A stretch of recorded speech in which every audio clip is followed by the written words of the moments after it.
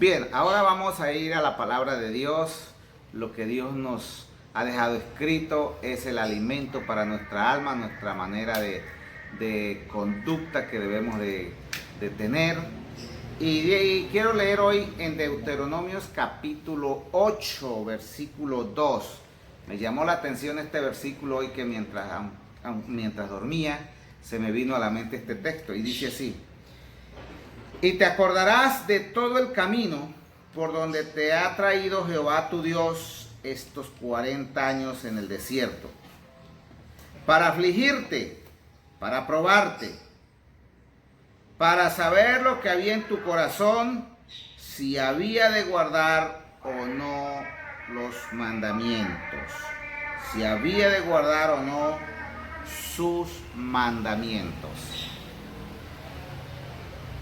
Encontramos que en estos 40 años que el pueblo de Israel pasó en el desierto, tenía un propósito, y era el de poder ver Dios, la actitud de el pueblo de Israel en el desierto, si le iba a servir de corazón o no. Vea, Dios no nos juzga por lo que no podemos hacer, sino por lo que harías si lo pudieras hacer. ¿Qué es lo que no podemos hacer? Bueno, a veces porque no nos animamos, porque no debemos o porque no podemos. Pero Dios no nos juzga por eso, sino por lo que harías si lo pudiéramos hacer. Imaginémonos como una especie de locura. Si Dios te diera un fin de semana para que pudieras pecar todo lo que quisieras, y entonces no te culpa, Dios no la culpara de nada. Entonces tendría usted libertad para bailar, para tomar, para comprar, fornicar, matar, robar, todo lo que usted quisiera hacer. Y además, y de paso te haría ganar el baloto. Entonces, ¿qué haría usted con todo ese dinero y que tiene toda la libertad y que no hay ninguna restricción para su vida, para su libertinaje? ¿Qué harías? Pues precisamente es lo que quiero llegar hoy con esta lectura que viene a mi mente, que Dios no nos juzga por lo que podemos hacer, por lo que no podemos hacer, sino por lo que haría si pudiera hacer. Hay gente que quiere hacer muchas cosas y está retenida ahí, pero si le dejaran libertad, mejor dicho, haría todo lo que pudiera para pecar. Entonces, hay algo tan lindo, y es que hoy Dios nos dice a través de esta palabra que el pueblo de Israel, Dios lo probó durante 40 años para poder sacar del corazón qué harías si pudieras hacerlo. En una ocasión, mientras que Moisés se fue a orar 40 días y 40 noches en el monte Sinaí, el pueblo quedó con cierta libertad. ¿Y qué hizo durante esos 40 días? La Biblia registra que hicieron un becerro de oro y le adoraron. Entonces, no había en ellos una conversión, una transformación completa. Y durante estos esta cuarentena que llevamos para 100 días, me pregunto la libertad, o me imagino la libertad que usted estaba anhelando tener. Una vez, hace tiempo, un hermano me dijo que para qué tantos cultos. Que culto el domingo en la mañana, que en la tarde, que el martes, que el miércoles, que el jueves, que el viernes, que no era necesario tantos cultos. Quiero decir que hoy sí, pues bueno, en casa ya hay más de 90 días que no va a la iglesia a asistir quizás. Entonces, Dios no nos juzga por lo que no podemos hacer, sino por lo que haría si pudiera hacer. Entonces, durante este tiempo que no nos hemos congregado en el templo, ¿qué es la libertad? ¿En qué está usando esa libertad que te ha dado el Señor? Hay libertad de leer la Biblia, hay libertad de ver mucha televisión, hay libertad de, hacer muchas cosas con el internet. Entonces, es ahí donde Dios quiere ver en nosotros la reacción de los años que nos hemos congregado en una iglesia y para qué lo estamos utilizando ahora que estamos en casa. O quizás lo hacíamos simplemente por aparentar, y ahora en casa sí estamos viendo lo que realmente somos. Y eso es lo que el Señor dice aquí en la palabra de Dios al pueblo de Israel. Él quería saber qué era lo que había en el corazón. La Biblia nos habla que el que encubre su pecado no prosperará, en Proverbios 28:13. Sé que muchas personas, han encubierto, y así nunca vamos a prosperar, porque no somos sinceros con Dios. ¿Qué es lo que Dios busca en nosotros? Que haya sinceridad en nosotros, que haya en nosotros esa estabilidad en nosotros de poder equilibrar la situación en medio de esta pandemia. Estaba leyendo de que los dedos de la mano tiene cada uno su función. Este tiene fuerza, este tiene indicador, este da fuerza a los demás, este es el dedo donde va el anillo. Pero ¿y este pequeñito para qué lo utilizamos? A veces para quizás rascarnos el oído, pero no, sabe que el dedo este meñique y el del pie, la función es darle estabilidad al cuerpo. Esto tiene un contacto bueno con el cerebro, que es la que le marca el límite para poder balancear el cuerpo bien. No sabía lo importante que era este dedito. Si nos falta este dedito, el de los pies, nos podemos caer porque el cuerpo no sabe hasta dónde es el límite para balancearse y poder tener estabilidad. Entonces este dedito se llama estabilidad. Y vea, y parece que fuera el más pequeñito, pero es una función muy tremenda, hace en nuestro cuerpo. Entonces, en estos tiempos que estamos encerrados, es donde nosotros podemos ver la estabilidad que tenemos, en quién hemos confiado, a dónde tenemos nuestra confianza en el Señor. Y entonces, lo que nos dice la palabra de Dios es que Dios probó al pueblo para ver qué iba a reaccionar después de. En este tiempo veníamos una rutina, nos congregamos a la iglesia, coros especiales.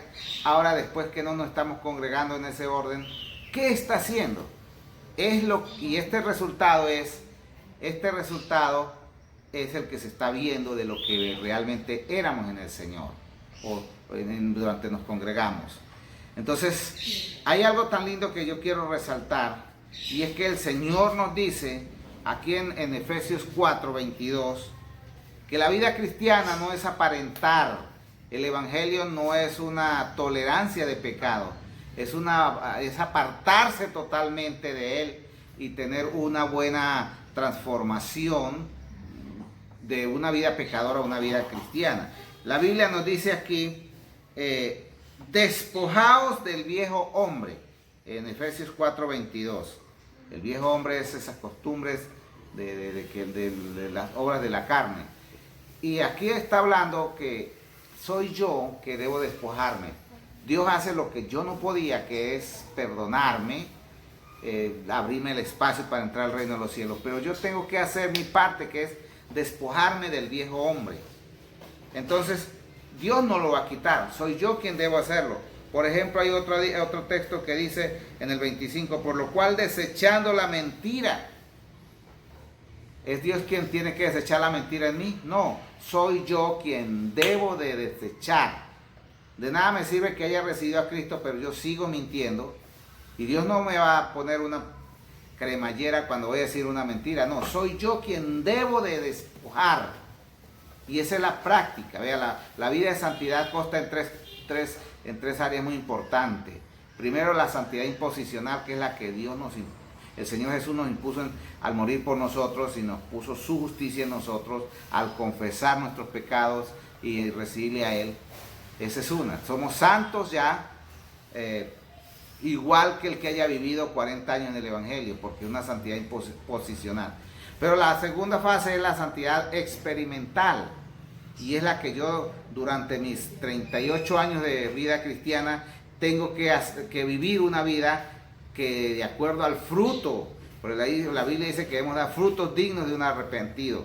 Entonces, ¿qué pasa? La santidad experimental es esta, que yo, aunque de pronto por una error diga mentira, debo de desecharla para poder dar fruto.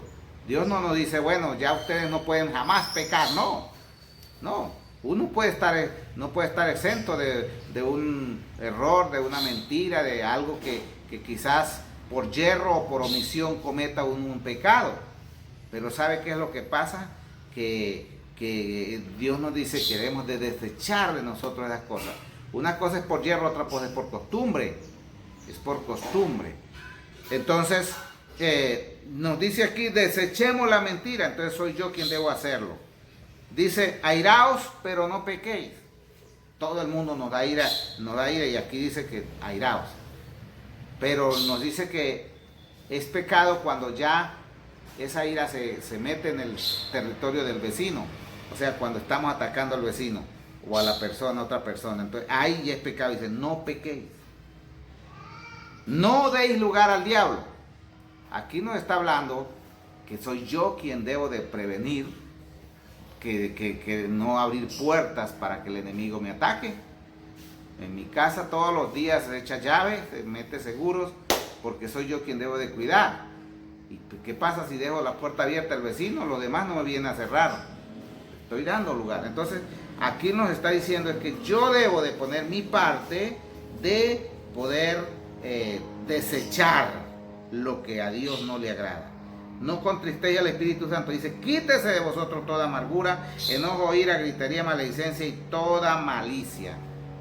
Bueno, uno de los porcentajes altos que se ha elevado durante esta cuarentena, según los informes de las noticias, que se ha aumentado mucho la violencia intrafamiliar, porque hay mucha gritería, mucho enojo, mucha ira, maledicencia, por el encierro quizás.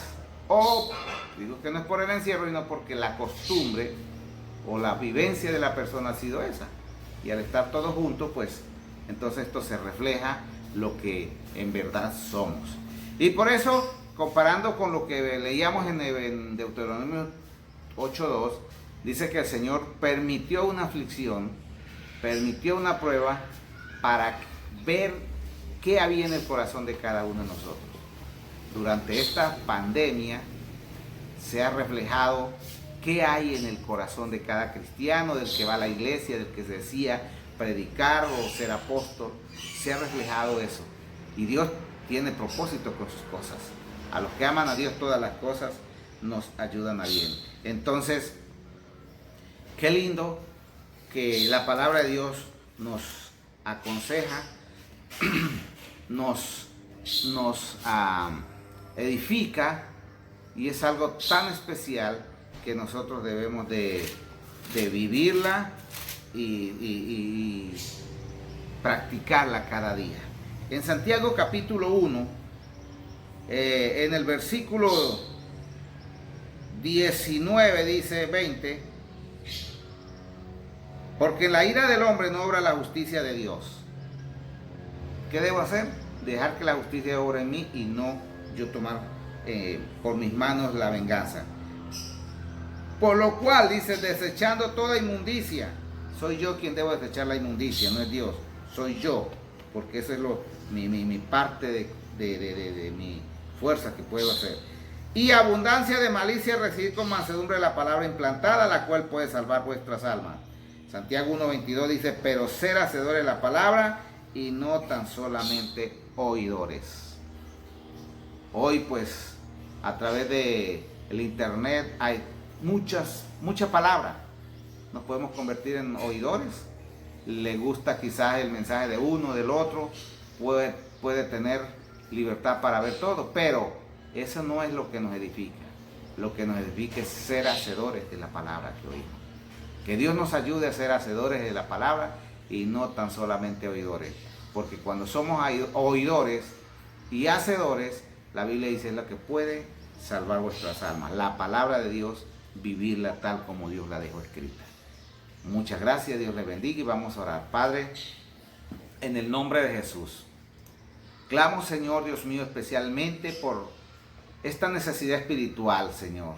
Que haya en nosotros una transformación única, Señor. Que no sea una fusión entre, Señor Dios mío, la gloria, la carne y el espíritu, no. Sino que sea una transformación totalmente espiritual en nosotros. Padre bendito, y pido, Señor Dios mío, que nos ayude a desechar todo aquello que Señor Dios mío, que nos aleja de tu vida, de la vida cristiana, Señor. Ayúdame a reconocer aquellos errores que quizás, Señor, los cometo y puede ser quizás mal para mi vida espiritual. Por eso, Señor, tu palabra nos dice que hay que desechar. Ayúdame, Señor, a desechar lo malo. Tu palabra dice oírlo todo, pero retener lo bueno.